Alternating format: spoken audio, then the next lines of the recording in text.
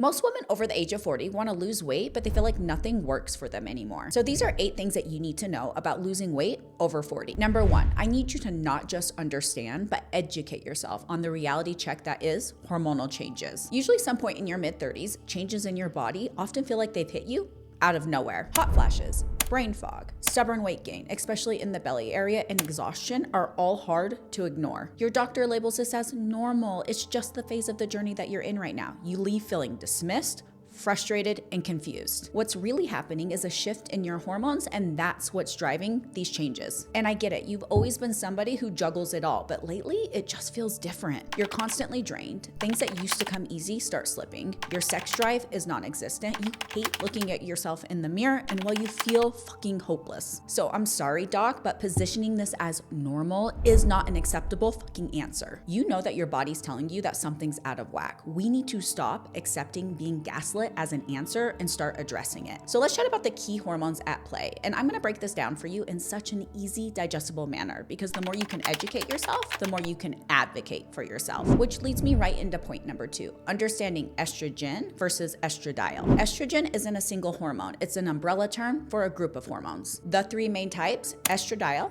estrone, and estriol. Each serve different roles, with estradiol being the powerhouse of the group. Estradiol is the workhorse behind your reproductive years, driving processes like ovulation, mood regulation, and even bone density. Estrone takes over during menopause, while estriol plays a minor role during pregnancy. And I'm sure you're over here thinking, Nicole, why do I even need to know the difference? Well, because most people lump all estrogen together, but these distinctions matter, especially in perimenopause, when estradiol starts to spike before it declines. That spike is often behind the intense symptoms that you're feeling. And most women in perimenopause end up in a place where they're estrogen dominant, and not because estrogen is too high, but because progesterone is too low. Progesterone and estradiol work together to keep your hormones balanced. Progesterone is going to help calm your nerves, regulate your mood, and stabilize your weight, but more on that in my next point. As you approach perimenopause, progesterone levels start to decline quicker than estradiol, leaving estrogen unchecked, and this is what's known as estrogen dominance. And estrogen dominance is a key reason that so many women struggle with weight gain during this phase of their life, resulting in what so many of you reference as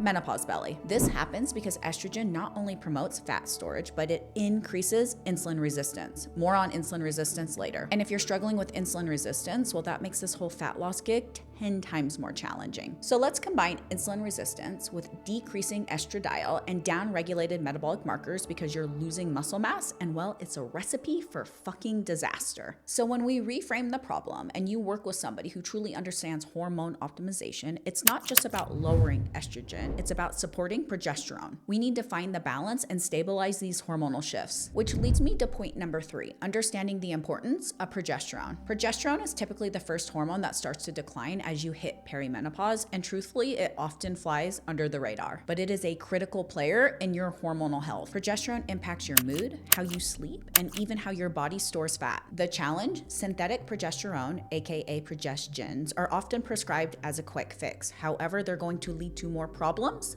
than solutions, which leads me right into point number 4, understanding bioidentical versus synthetic hormones and why it fucking matters. Not all hormones are created equal, and the difference between bioidentical hormones and synthetic hormones is substantial. Bioidentical hormones are designed to mimic your body's natural structure, aka the same molecular structure that your body already naturally produces. This makes them easier to metabolize with very few side effects, if any. On the other hand, synthetic hormones, like those found in multiple forms of birth control, do not behave the same way in the body. They will lead to unwanted complications, fatigue, mood swings, weight gain. The amount of women I work with who have told me that their doctors have never explained the difference between bioidentical and synthetic hormones is astronomically high, and I refuse to sit back and do nothing about it. In fact, I just had a babe join my team last month who had been on hormone replacement therapy prescribed by her doctor for over 2 years. Synthetic hormones. She felt like dog shit. She was gaining weight rapidly, and her doctor couldn't figure out what was going on. My in-house hormone team pulled the synthetic hormones and switched her over to the bioidentical version, and the difference is night and fucking day. Her energy has stabilized, her mood has improved, and for the first time in 2 years, she has hope. And I'm sure you're over here thinking, well, why do so many physicians default to synthetic hormones? Great fucking question. Synthetic hormones are patented Bioidentical versions are not. Patented hormones are covered by your insurance, which makes it much more lucrative for your primary care physician to prescribe them, aka you're padding their pocketbook. As mentioned, bioidentical hormones are not patented and they require a much more personalized approach. So while the bioidentical version may not be covered by your insurance, there is a dramatic difference in how your body responds. On Team Becoming Her, we have a dedicated in-house hormone optimization team, and we only prescribe bioidentical hormones for this very reason. This way we can ensure that your treatment is customized to your unique hormonal needs, helping you feel fucking fire again without the unnecessary risk. You deserve a solution that works with your body, not against it. Understanding the difference between synthetic and bioidentical hormones is crucial. This is why I cannot stress enough working with somebody who truly understands the female body, metabolism, hormones, and how to optimize them. Now let's move into point number 5, PCOS and insulin resistance, because this is absolutely something that so many women going through menopause struggle with, and very few providers understand how to treat it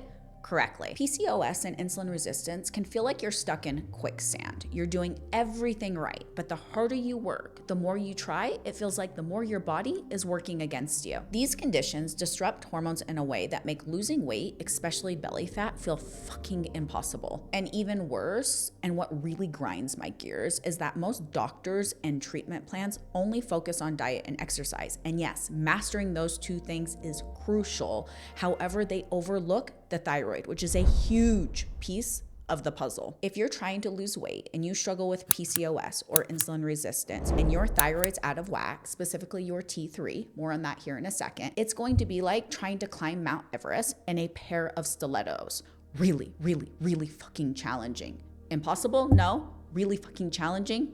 Yes. With PCOS, your body struggles to use insulin effectively, which means more of it floats around in your bloodstream. High insulin levels in combination with shitty nutrition lead to fat storage. It can also cause energy crashes, which make you feel like a walking zombie. Think of your thyroid like your body's energy regulator. When it's not functioning well, T3 levels are low or reverse T3 levels are high, your cells can't effectively burn glucose. This is making your insulin resistance worse, and it's the driver behind your fatigue and your fat storage. You're still struggling because most doctors miss this connection. They don't fucking get it. But to be fair, they also weren't trained in this. You cannot treat PCOS and insulin resistance as standalone issues, leaving thyroid out of the equation. If you're not addressing all three, it's like trying to bake a cake and forgetting the eggs. It just won't work. And on Team Becoming Her, we don't do half-baked solutions. We run complete comprehensive labs looking at your thyroid, your insulin, and overall hormonal health. Because when you tackle the real problems, not just the symptoms, that's when your body starts responding in ways that you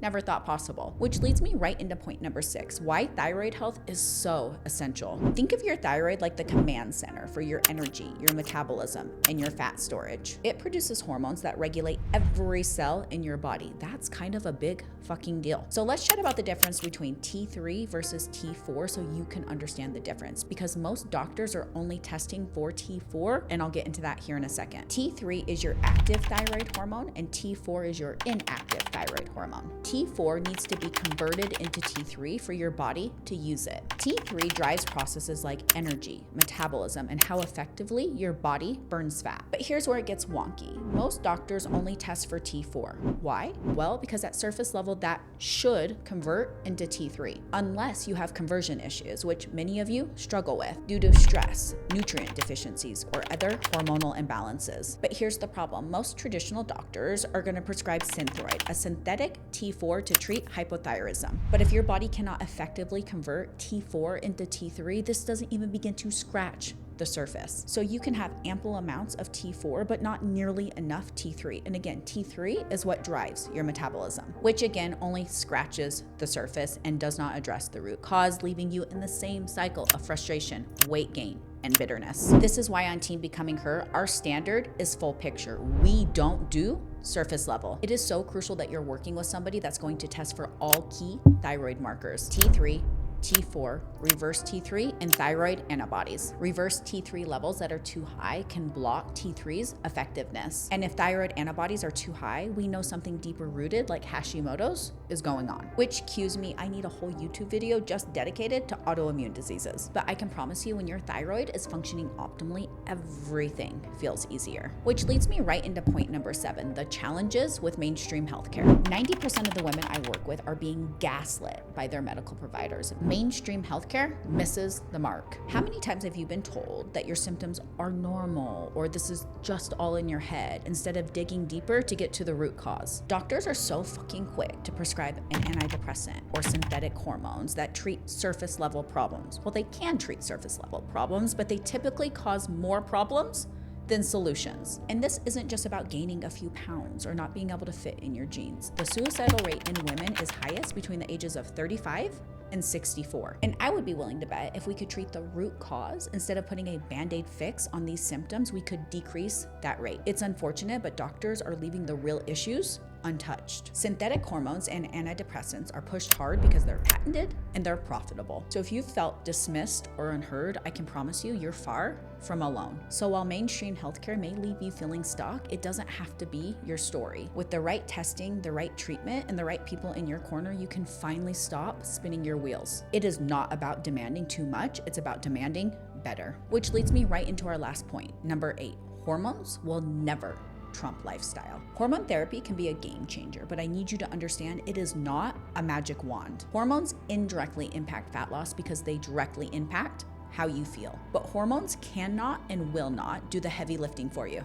No pun intended. Hormones won't give you an awareness of overall calorie intake. They won't eat your protein. They won't strength train for you. They won't get your steps in. They won't prioritize rest and recovery. If you want to see real lasting results, your hormones have to show up for the job too. Hormones and lifestyle, well, it's a tag team. The peanut butter to the jelly. Hormone therapy lays the groundwork. Your habits are going to build the house. Together, they create a system that works, helping you feel better, live better, and look better. We're going into the new year, and if you're ready to make 2025 your bitch, check out this video where I talk about how at 39 going through menopause, I have a better body than I did in my 20s.